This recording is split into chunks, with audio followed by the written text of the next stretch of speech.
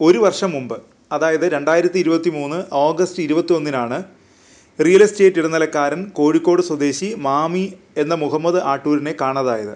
Case വീണ്ടും സജീവമായി ചർച്ച ചെയ്തത് നിലമ്പൂർ MLA PV അൻവറിൻ്റെ ആരോപണത്തിന് പിന്നാലെയാണ്. കേസിൽ ADGP MR അജിത് കുമാർ ഇടപെട്ടു എന്നാണ് അൻവറിൻ്റെ ആരോപണം. മാമിയെ കാണാനില്ലെന്ന കുടുംബത്തിൻ്റെ പരാതിയിൽ പോലീസ് അന്വേഷണം നടത്തിയിരുന്നു.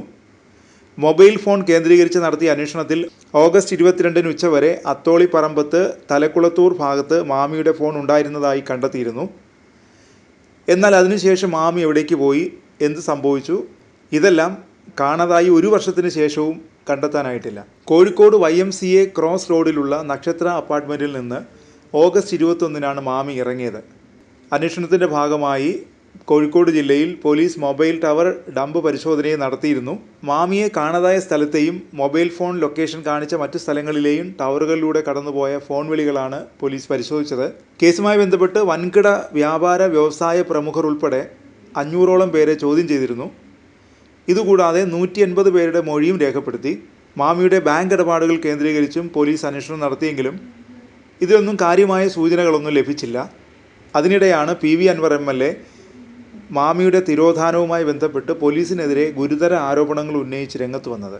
ADGP MR അജിത് കുമാറിനെതിരെ നടത്തിയ വെളിപ്പെടുത്തലുകൾക്കിടയിലാണ് മാമിയുടെ തിരോധാനവും MLA പരാമർശിച്ചത്. അൻവറിൻ്റെ ആരോപണത്തോടെയാണ് വെറും മിസ്സിംഗ് കേസിൽ നിന്ന് മാമി കേസ് മറ്റൊരു തലത്തിലേക്ക് ഉയർന്നത്. അൻവറിൻ്റെ വെളിപ്പെടുത്തലിന് പിന്നാലെ CBI അന്വേഷണം വേണമെന്ന ആവശ്യം കുടുംബം ശക്തമാക്കി. മാമിയുടെ തിരോധാനത്തിൽ ക്രൈംബ്രാഞ്ച് അന്വേഷണം വേണമെന്ന് നേരത്തെ കുടുംബം മുഖ്യമന്ത്രി ഉൾപ്പെടെ അറിയിച്ചിരുന്നു. എന്നാൽ ADGP MR അജിത് കുമാർ ഉൾപ്പെട്ട സംഘത്തെയാണ് അന്വേഷണം ഏൽപ്പിച്ചത്. അന്വേഷണത്തിൽ കാര്യമായ പുരോഗതി ഇല്ലാതായതോടെ CBI അന്വേഷണം ആവശ്യപ്പെട്ട് കുടുംബം ഹൈക്കോടതിയെ സമീപിച്ചിരുന്നു. ഈ ഹർജി ഹൈക്കോടതി ബുധനാഴ്ച പരിഗണിക്കും. അൻവർ MLA ഉയർത്തിയ ആരോപണങ്ങളുടെ പശ്ചാത്തലത്തിൽ അന്വേഷണ സംഘത്തിൽ വിശ്വാസ്യത നഷ്ടപ്പെട്ടെന്നും ഇക്കാര്യം ഹൈക്കോടതി അറിയിക്കുമെന്നും കുടുംബം വ്യക്തമാക്കിയിട്ടുണ്ട്. നടക്കാവ് പോലീസായിരുന്നു ആദ്യം കേസ് അന്വേഷിച്ചിരുന്നത്. CCTV ദൃശ്യങ്ങളും ബാങ്ക് ഇടപാടുകളും മൊബൈൽ ടവർ ലൊക്കേഷനും ഉൾപ്പെടെ പരിശോധിച്ച് അന്വേഷണം നടത്തിയിട്ടും ഈ അന്വേഷണത്തിലും കാര്യമായ വിവരങ്ങളൊന്നും ലഭിച്ചിരുന്നില്ല. അന്വേഷണം കാര്യക്ഷമമല്ലെന്ന് കാട്ടി കുടുംബം മുഖ്യമന്ത്രിയെ സമീപിച്ചതിന് പിന്നാലെ പുതിയ അന്വേഷണ സംഘത്തെ നിയോഗിച്ചു. മലപ്പുറം SP-യുടെ മേൽനോട്ടത്തിൽ പുതിയ സംഘത്തെ ADGP അജിത് കുമാറാണ് നിയോഗിച്ചത്. അതിനിടെയാണ് അൻവറിൻ്റെ ആരോപണം ഉണ്ടായത്.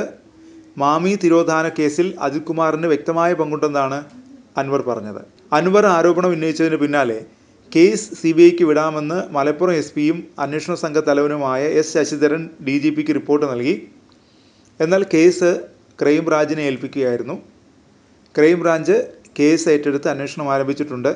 അതിനിടെ മാമിയുടെ ദുബായ് യാത്രയും അനുബന്ധ കാര്യങ്ങളും അന്വേഷിക്കണമെന്ന ആവശ്യം ഉയർത്തി കുടുംബ രംഗത്ത് വന്നു. മാമിയെ കാണാതായതിന് തൊട്ടു മുമ്പ് ഇടപെട്ട ഭൂമി ഇടപാടിനിടെയാണ് അദ്ദേഹം ദുബായിലേക്ക് പോയത്. കാണാതാകുന്നതിന് 2 ആഴ്ച മുമ്പായിരുന്നു ദുബായ് യാത്ര. എന്നാൽ തിരിച്ചെത്തിയ മാമി അത്ര സന്തോഷവാനായിരുന്നില്ലെന്നാണ് കുടുംബാംഗങ്ങൾ പറയുന്നത്. 300 കോടി രൂപയുടെ ഇടപാടിലായിരുന്നു അദ്ദേഹം ഇടനിലക്കാരനായി നിന്നത്. ഇടപാടിൽ തനിക്ക് 20 കോടി ലഭിക്കുമെന്ന് മാമി കുടുംബത്തെ അറിയിച്ചിരുന്നു. ഇതനുസരിച്ച് ഇടപാടിൻ്റെ അവസാന ഘട്ടത്തിൽ വരെ എത്തിയിരുന്നു. എന്നാൽ അതിനിടയിലാണ് മാമിയെ കാണാതായത്. കാണാതായതിന് പിന്നാലെ ഈ ഇടപാട് പൂർത്തിയാക്കുകയും ചെയ്തു. ദുബൈയിലേക്ക് പോയ മാമി അവിടെ ആരോടെല്ലാം കൂടിക്കാഴ്ച നടത്തി. യാത്രയിൽ കൂടെ ആരൊക്കെയാണ് ഉണ്ടായിരുന്നത്, മാമിയെ കാണാതായ ശേഷം ആ ഇടപാടിൽ ആരാണ് ഇടനിലക്കാരനായത് എന്നിവ ഉൾപ്പെടെ എല്ലാ കാര്യങ്ങളും ഇതുവരെ അന്വേഷണ വിധേയമാക്കിയിട്ടില്ലെന്ന് കുടുംബം പറയുന്നുണ്ട്. ഇക്കാര്യങ്ങളെല്ലാം പോലീസിനെ ആദ്യം അറിയിച്ചിരുന്നെങ്കിലും ഇതൊന്നും പോലീസ് അന്വേഷിച്ചില്ല എന്നാണ് കുടുംബത്തിൻ്റെ ആരോപണം. ബൈപ്പാസിൽ IMAയുടെ പ്രോജക്റ്റുമായിട്ടാണ് മാമി അവസാനമായി ഇടപെട്ടതെന്നാണ് കുടുംബത്തിന് ലഭിച്ച വിവരം.